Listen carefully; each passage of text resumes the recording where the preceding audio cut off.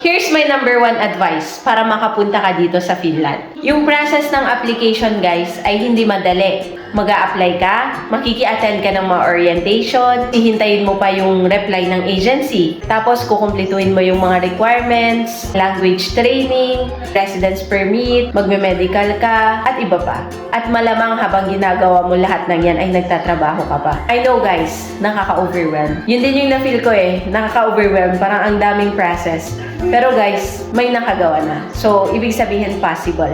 Nandito na kami and marami pang ibang mga Pilipino ang andito na. So, kung kaya namin, kayang-kaya nyo rin yun guys.